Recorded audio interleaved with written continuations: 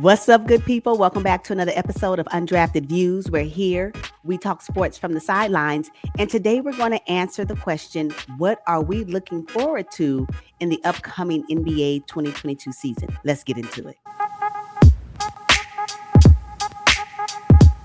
Now that the NBA season is finally here, what are you looking forward to seeing?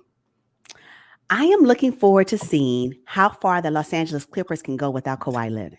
I think this right here is the time for Paul George to really state his claim as one of the MVP candidates for this upcoming season. He can do it if he's able to lead the Los Angeles Clippers to a solid 1 through 6 playoff spot. And of course, if his production produces that as well. Also, we know that Kawhi is an integral piece of the Los Angeles Clippers, and without him, there is question whether or not the Clippers can really get a solid 1 through 6 spot, in my opinion. I mean, Kawhi can put up at least 24 points a night, right? So who's going to replace that production on their roster? And if Paul George can help, along with the other pieces, of course, but I think this can be another breakout type season for Paul George if he really proves that to be. And then Ty Lue, of course, I'm reading one article where it said Ty Lue was named one of the best coaches to make in-game adjustments. So if Ty Lue can continue to lead the Los Angeles Clippers as he did the previous season to a playoff spot, and also can they make it to the Western Conference Finals again, that would be amazing for the Clippers. So I'm looking forward to seeing what they will do without Kawhi and how far they can go without him being on the roster at the beginning of the season. Yeah. Oh my goodness. Okay. Yes. You are a huge Clipper fan. That would be exciting to see because I mean, they do have some up and coming, Reggie Jackson has been around the league for a while, but he showed us something incredible last season. Yeah. I'm a little concerned about what that looks like now that they've added Eric Bledsoe. How will he fit in to the roster? I don't doubt that Ty Lue, would make the right adjustments and the right moves to include Eric Bledsoe, but that's something that I'm going to be looking forward to as well, just to see how he gets in, and will that take away from the production that Reggie Jackson was able to put up last season, and will that hinder him from being able to shine this season as well? So I'm going to be looking into that as well. And then I also want to know what, from the Los Angeles Clippers roster, what will the centerpieces look like, right? Because we know that Serge Ibaka is kind of up in the air with his back issues. And so will this be a way for Zubac to really say, okay, I've been doing this for a while now. I finally got it, and I'm getting ready to show and prove. So I'm just looking to see what the Clippers will do without their staple piece, Kawhi Leonard. Okay. Now, I am looking forward to seeing Jordan Poole's development for the Golden State Warriors. During the preseason, he played outstanding, and he is a great stand-in replacement, for Klay Thompson. He has been the silver lining for the Golden State Warriors. I know it was preseason, but he scored more total points than any other player during the preseason stretch. So it's not something that I can overlook. I mean, a lot of eyes are on Jordan Poole right now. I mean, Klay Thompson has really big shoes to fill, but I like what he's doing so far. I hope that's the case. And if he can will he be a starter? I didn't look at their depth chart lately, but is he a starter for them? Yeah, Steve Kerr said he's going to plug in Jordan Poole for Klay Thompson.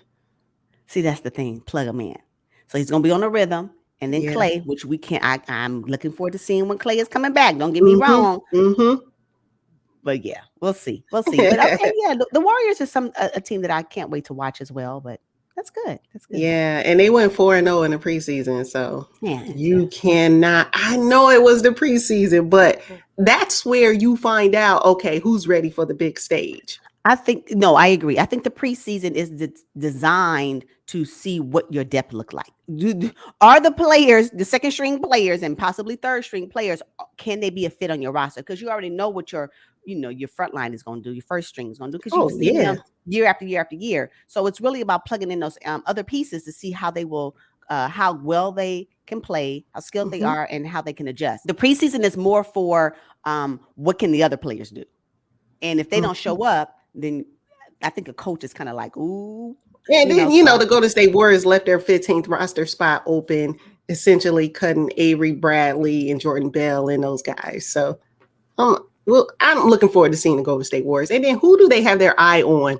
You know what I'm saying, to finish their roster completely. So that's something to look forward to. Another thing that I'm looking forward to seeing for the upcoming 2022 season is how far will the Chicago Bulls go? Now, we all know that the Chicago Bulls made some moves mid-season last year when they acquired Vooch. And they also made some off-season moves as well when they acquired Lonzo Ball, DeMar DeRozan, and Alex Caruso. Some of the bigger names, right? And I'm quite sure they got some other pieces as well. But I want to see what they can do with that new roster alongside with Zach LaVine to really see if they can make it to a playoff spot. And if nothing else, at least a play-in tournament, right? And so I think that they have the makings of what an upset can be in the Eastern Conference if they play their cards right. So the Bulls are a team that I'm really looking to see how they will rank this upcoming season. You and everybody else, because all eyes for me are on Lonzo Ball. Yeah. You know what? Third time has to be a charm for him. It has to be. Like, and then after this season, Lonzo Ball, what will the narrative be if they cannot make it to the playing spot? A playoff spot. Now I don't care how they get there, but can they get there, right? So do they get there by way of the play-in tournament, or do they solidify their spot between 1 through 6? I just want to know what that looks like. And DeMar DeRozan, to be honest, he can't. This has got to be it for him as well. Like, how much further are we going to root for him? And he hasn't. I mean, I'm looking forward to seeing when they can get their praises as well, and the Bulls fan base needs it. So, it's been a while. Since there was any excitement in Chicago, yes, in terms of basketball. Oh my goodness, I'm looking forward to seeing Kyle Kuzma with his increased role with the Washington Wizards. We have been waiting to see all that Kyle Kuzma can bring and the impact he can have on a team. Now is his time in Washington with Bradley Beal and those guys. Oh, I cannot wait to see. You know what? You're right. It is his time because I don't know. I think that he was stifled being with the Los Angeles Lakers. Absolutely. It just wasn't the right time for him there. And so now that he's no longer up under that umbrella, and he has an opportunity now be more of a not centerpiece, because Bradley Beal is a centerpiece of the Wizards, but more of a second or third option. Strong second or third option for the Wizards. I think it's going to be pretty good for him if he takes hold of this responsibility, because it's going to be huge. Different from what he played, the role he played with the Lakers. He was there for 3 seasons. I believe so. 3 seasons. So it is his time, and I'm looking forward to seeing that. So because I had high hopes for him when he was with the Los Angeles Lakers, but he just didn't get the opportunity consistently to be able to show up. And so now, once you do that, what will his game look like this season coming up? So I can't wait. Yeah, it's going to be fantastic. I think he's going to be a borderline all-star. I hope so. I hope so. I'm rooting for him. You go, Kuzma. I know. I would love to see it. It would be so nice for him to just really shine now that he's not in the shadows of AD and LeBron James, and hey, and the new coach in Washington. I'm sure he recognizes Kyle Kuzma's talents. And Kyle Kuzma's like, okay, look, I've been suppressed all these years. It's now time for me to break out. So I'm looking forward to it. Me too.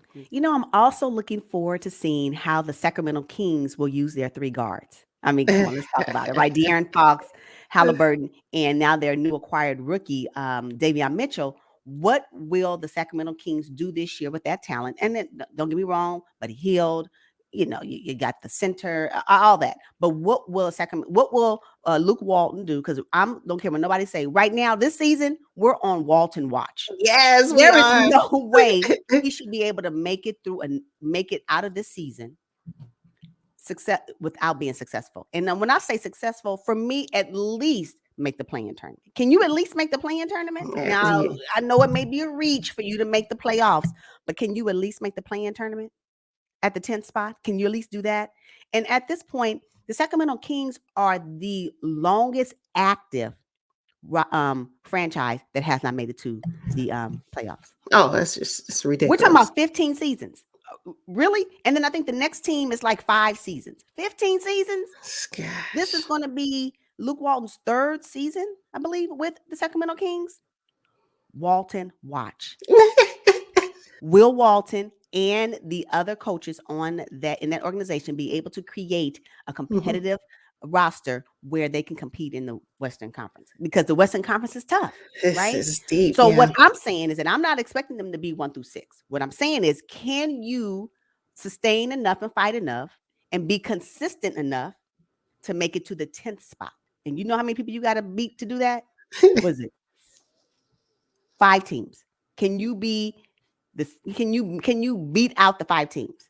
Right. So it's time, Sacramento. So I don't really care for the Sacramento Kings. I haven't in the past, but something about them acquiring Davion Mitchell, and no slight to Halliburton in the 2020 draft class. No slight to that. But something about that Davion Mitchell Mm, brings a level of mm. defense that I know the Sacramento Kings have been missing, that I think would be really beneficial to their roster this season. So we'll see. Oh, yes. I know. I watched their preseason game when they played the Los Angeles Lakers. That they came back and beat the Lakers. And I'm telling you, that defense that Davion brings is so exciting to watch. And you know what? Tristan Thompson didn't look too bad either.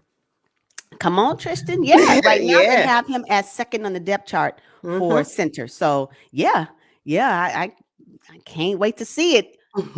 Matter of fact, it must happen because I will be extremely disappointed if the Sacramento Kings do not make it to the play-in tournament, and come the 2023 NBA season, Luke Walton is still their coach.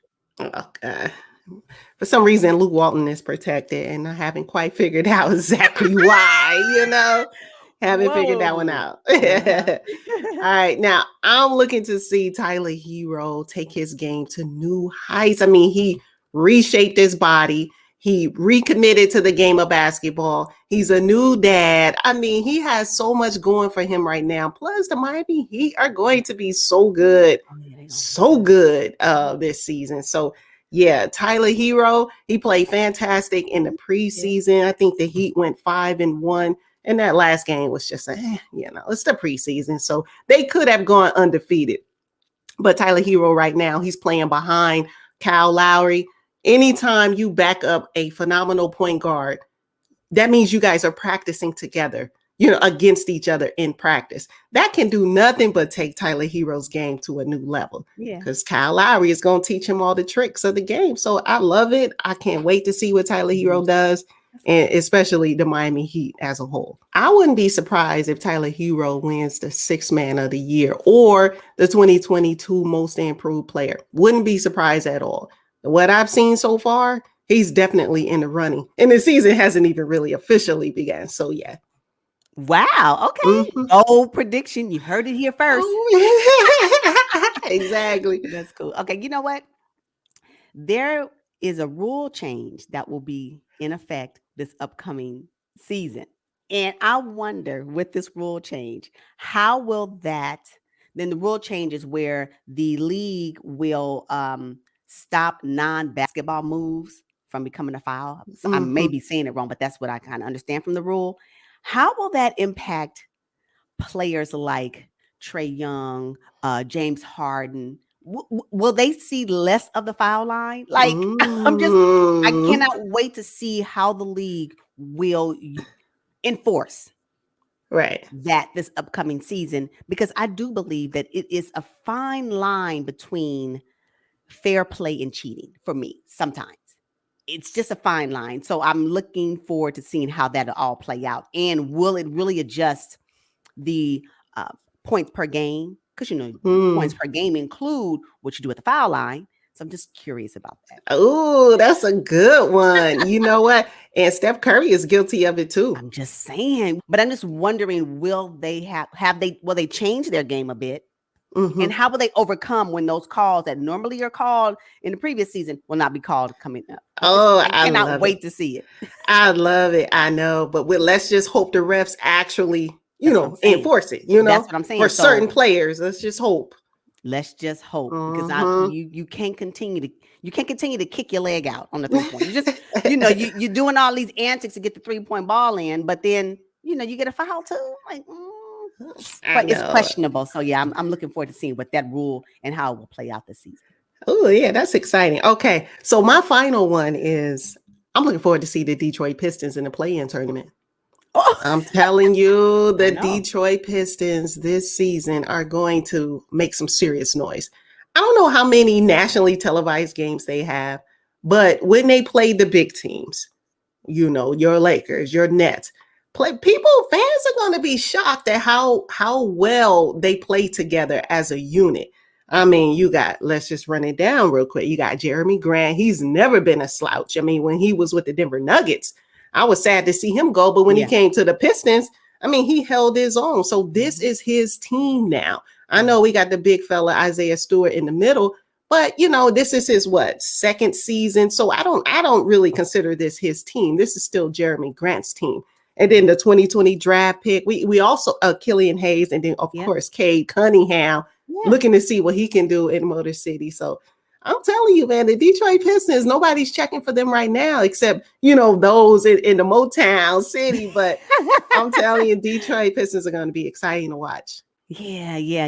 I saw a clip. I saw some parts of a preseason game, and that Isaiah Stewart. I was like, "Oh, oh, is this what I'm gonna be looking forward to seeing?" Yeah, yeah, that's what we Ah, doing. Mm-hmm. nice, nice. Okay, come on, Detroit Pistons. I'm telling you, this is. We know from each conference those top teams. We Yeah. know we talk about them all the time. Everybody talks about them. We got that. But when I'm talking about teams like the Bulls, like the Pistons, like the Sacramento Kings, if they can, Uh, oh my gosh, it will disrupt, right? The conferences. And that's what I'm looking for. Like, yeah. each team is not guaranteed to be there. They're just Mm-mm. not. They may be favored to be there, but they're not guaranteed to be there. And we cannot overlook these other teams in their roster construction to think that they are unable to compete. Now, some of that is lack of experience. I got it. I mean, come on. We're talking about Lakers, and everybody on the Lakers, what, they almost 40? Not They're yet. playing in the league for years. I get that. But there is something to be said about younger players and the hunger that they actually have that excites me about the game. Right. Mm-hmm. So I cannot wait. I cannot wait. Uh, I know. I'm so glad it's here. Bring it on. The 2022 season. Let's bring it on. I mean, I'm already seeing a couple of injuries that kind of, shock me a little bit. We got Dylan Brooks out right Oh, now. I was like, Dylan. Mm-hmm. Mm-hmm. Oh my He's gosh, out for a yeah. while. James Mm. Wiseman's not gonna be at Zion. Zion's still nursing his foot. I mean, it's like, and then the Lakers, they got hit with some injuries, and it's not all the old dudes. It's mostly the young I know guys, right? THT. Yeah, THT is Mm-hmm. gonna be out. I THT, Monk. know. Yeah, Yeah. yeah, So yeah. And some of the lingering um injuries from last season, Jamal Murray is one of Jamal them. Murray, yeah. So, Kawhi Leonard's not gonna be starting the season. It's just gonna Mm-hmm. be but that also makes it exciting because now it's gonna always be next man up. Yeah. And what you gonna do with that? So whatever. Yeah. It just means opportunity. That's all it means. Your time is now, next man. Mm-hmm. So let's do it. Yeah. All right, you guys, we're going to wrap up this episode. Make sure you drop down in the comments and let us know what you're looking forward to seeing for this 2022 season. I'm so glad it's finally here. Thank you all for watching. We will see you guys on the next one. But until then, Peace. peace, y'all.